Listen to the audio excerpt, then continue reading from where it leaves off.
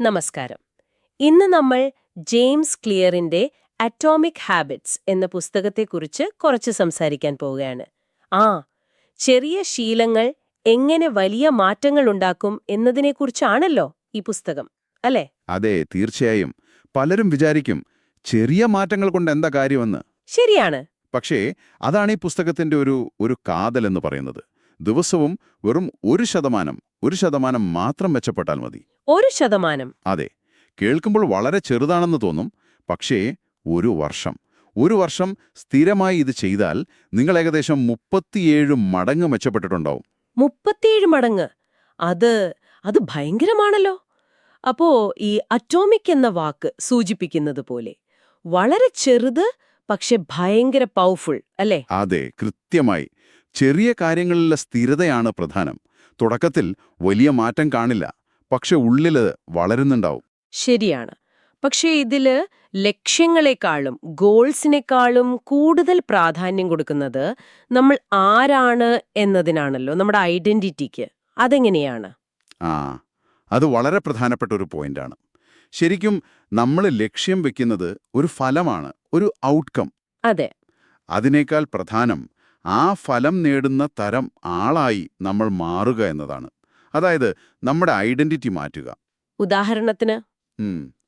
ഇപ്പോ എനിക്കൊരു പുസ്തകം വായിച്ചു തീർക്കണം എന്ന് ചിന്തിക്കുന്നതിനു പകരം ഞാനൊരു വായനക്കാരനാണ് എന്ന് ചിന്തിക്കുക. ഓ, ഓക്കെ. ആ ഒരു ഐഡന്റിറ്റി, ആ ഒരു വ്യക്തിത്വം നമ്മൾ സ്വീകരിച്ചാൽ അതിനനുസരിച്ചുള്ള പ്രവൃത്തികൾ പിന്നെ തനിയെ വരും. ശീലങ്ങൾ ആ വ്യക്തിത്വത്തെ ശരിവെക്കുന്നതായിരിക്കും. കൊള്ളാം. അപ്പോ ആദ്യം വ്യക്തിത്വം, പിന്നെ പ്രോസസ്, പിന്നെ ഔട്ട്കം. അങ്ങനെയാണോ? അതെ, ഐഡന്റിറ്റി, പ്രോസസ്, ഔട്ട്കം. ആ ഒരു ക്രമത്തിനാണ് പ്രാധാന്യം. ഇത് കേൾക്കുമ്പോ കൊള്ളാം. പക്ഷേ ഈ ശീലങ്ങൾ ഉണ്ടാക്കാനും ചിലപ്പോ വേണ്ടാത്ത ശീലങ്ങൾ മാറ്റാനുമൊക്കെ അതിനൊരു വഴിയുണ്ടോ? ഇതിലെ ഒരു ഹാബിറ്റ് ലൂപ്പ് എന്നൊരു സംഗതി പറയുന്നുണ്ടല്ലോ. ഉണ്ട്. അതാണ് ശീലചക്രം അഥവാ ഹാബിറ്റ് ലൂപ്പ്. എല്ലാ ശീലങ്ങൾക്കും, നല്ലതായാലും മോശമായാലും, 4 ഘട്ടങ്ങളുണ്ട്. 4 ഘട്ടങ്ങൾ? അതെ. 1 സൂചന, ക്യൂ. 2 ആഗ്രഹം, ക്രേവിംഗ്. 3 പ്രതികരണം, റെസ്പോൺസ്. 4 പ്രതിഫലം, റിവാർഡ്. ഈ 4 ചേർന്നതാണ് ഒരു ശീലം. ഓ, ഓക്കെ. അപ്പൊ ഈ 4 ഘട്ടങ്ങളെ നമുക്ക് എങ്ങനെ, എന്താ പറയാ, നല്ല ശീലങ്ങൾക്കായി ഉപയോഗിക്കാം? അതിന് 4 നിയമങ്ങളുണ്ട്.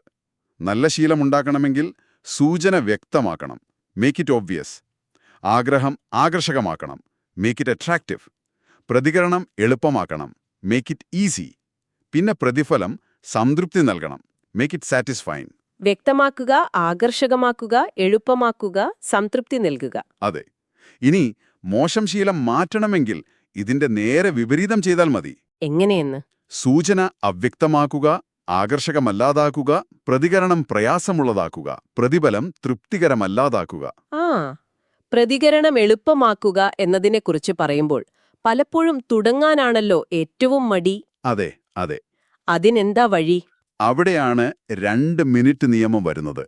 ശരിക്കും ഭയങ്കര സിമ്പിൾ ഐഡിയ ആണ്. 2 മിനിറ്റ് നിയമം? അതെ.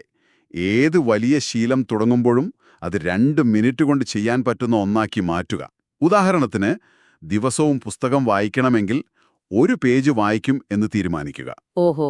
അല്ലെങ്കിൽ യോഗ ചെയ്യണമെങ്കിൽ യോഗ മാറ്റിൽ പോയിരിക്കും. ഓടാൻ പോകണമെങ്കിൽ ഷൂസ് എടുത്തിടും. ആക്ഷൻ തുടങ്ങുക, അതാണ് പ്രധാനം. ആ 2 മിനിറ്റിൽ തുടങ്ങിയാൽ പിന്നെ മുന്നോട്ട് പോകാൻ എളുപ്പമാണ്. കൊള്ളാം. അത് നല്ലൊരു ടെക്നിക്കാണ്. അതുപോലെ ഈ ചുറ്റുപാടുകൾ അറേഞ്ച് ചെയ്യുന്നതിനെക്കുറിച്ചും പറയുന്നുണ്ടല്ലോ, എൻവയോൺമെന്റ് ഡിസൈൻ. അതും പ്രധാനമാണ്. അത് സൂചന വ്യക്തമാക്കുക, മേക്ക് ഇറ്റ് ഓബ്വിയസ് എന്ന നിയമത്തിന്റെ ഭാഗമാണ്. നല്ല ശീലങ്ങൾക്ക് വേണ്ട സൂചനകൾ കൺമുന്നിൽ കൊണ്ടുവരിക, മോശം ശീലങ്ങളുടെ സൂചനകൾ ഒഴിവാക്കുക. ഇപ്പോൾ വ്യായാമം ചെയ്യാനാണെങ്കിൽ ഷൂസ് വാതിൽക്കൽ വെക്കുക. ഓക്കെ. വെള്ളം കുടിക്കാനാണെങ്കിൽ ഒരു ബോട്ടിൽ എപ്പോഴും ഡെസ്കിൽ വെക്കുക. അതുപോലെ ഫോൺ ഉപയോഗം കുറയ്ക്കണമെങ്കിൽ ഫോൺ മറ്റൊരു റൂമിൽ വെക്കുക. അങ്ങനെയുള്ള കാര്യങ്ങൾ. പിന്നെ ഈ ഹാബിറ്റ് സ്റ്റാക്കിംഗ്, നിലവിലുള്ള ശീലത്തോട് പുതിയത് ചേർക്കുന്നത്, അതും വളരെ എഫക്റ്റീവാണ്. അതായത് നിങ്ങൾ ഇപ്പോൾ തന്നെ ദിവസവും ചെയ്യുന്ന ഒരു കാര്യത്തിന് ശേഷം പുതിയ ശീലം ചെയ്യുക. രാവിലെ ചായ കുടിച്ച ശേഷം ഞാൻ 2 മിനിറ്റ് ധ്യാനിക്കും. അപ്പോൾ ചായ കുടി എന്ന നിലവിലുള്ള ശീലം ധ്യാനിക്കാനുള്ള പുതിയ ശീലത്തിന്റെ സൂചനയായി മാറും. ഇത് പ്രതികരണം എളുപ്പമാക്കാനും സഹായിക്കും. കൊള്ളാം. ഇനി ലക്ഷ്യങ്ങളെക്കാൾ സിസ്റ്റങ്ങൾക്ക് പ്രാധാന്യം കൊടുക്കണമെന്ന് പറയുന്നുണ്ടല്ലോ. അതെന്താണ്? ലക്ഷ്യങ്ങൾ വേണ്ട എന്നാണോ അർത്ഥം? അല്ലല്ല, ലക്ഷ്യങ്ങൾ വേണ്ട എന്നല്ല. ലക്ഷ്യങ്ങൾ നമുക്ക് ദിശ തരും, എവിടേക്കാണ് പോകേണ്ടതെന്ന്. പക്ഷേ ആ ലക്ഷ്യത്തിലേക്ക് എത്താനുള്ള വഴി, ആ പ്രോസസ്സ്, അതാണ് സിസ്റ്റം. സ്ഥിരമായ പുരോഗതിക്ക് കാരണം സിസ്റ്റങ്ങളാണ്, ലക്ഷ്യങ്ങളല്ല. ഒരു ഉദാഹരണം പറഞ്ഞാൽ, ഒരു കോച്ചിന്റെ ലക്ഷ്യം ചാമ്പ്യൻഷിപ്പ് നേടുക എന്നതായിരിക്കും. പക്ഷേ ടീം ദിവസവും ചെയ്യുന്ന പ്രാക്ടീസ്, അതാണ് സിസ്റ്റം. ശരിയാണ്. വിജയികൾക്കും പരാജിതർക്കും ഒരേ ലക്ഷ്യമുണ്ടാകാം, പക്ഷേ അവരുടെ സിസ്റ്റങ്ങൾ വ്യത്യസ്തമായിരിക്കും. അതുകൊണ്ട് സിസ്റ്റത്തിൽ ശ്രദ്ധിക്കുക.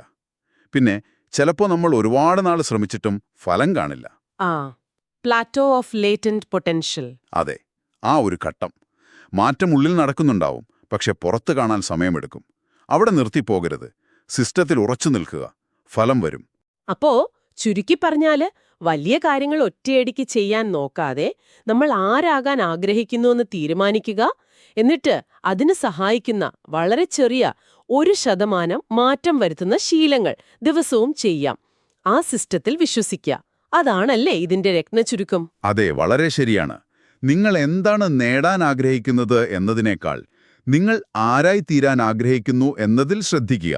നിങ്ങളുടെ ഓരോ പ്രവൃത്തിയും ഓരോ ചെറിയ ശീലവും ആ വ്യക്തിത്വത്തിനുള്ള ഓരോ വോട്ട് പോലെയാണ്. കൊള്ളാം. അതുകൊണ്ട് ഈ ചർച്ച കേൾക്കുന്ന നിങ്ങളോടൊരു ചോദ്യം, അല്ലെങ്കിൽ ഒരു ചിന്ത.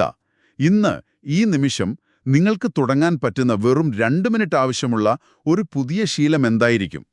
നിങ്ങളുടെ ലക്ഷ്യത്തിലേക്കുള്ള ആ ചെറിയൊരു കാൽവെപ്പ് എന്തായിരിക്കുമെന്നൊന്ന് ആലോചിച്ചു നോക്കൂ. അത് ചിലപ്പോൾ വലിയ മാറ്റങ്ങളുടെ തുടക്കമായേക്കാം.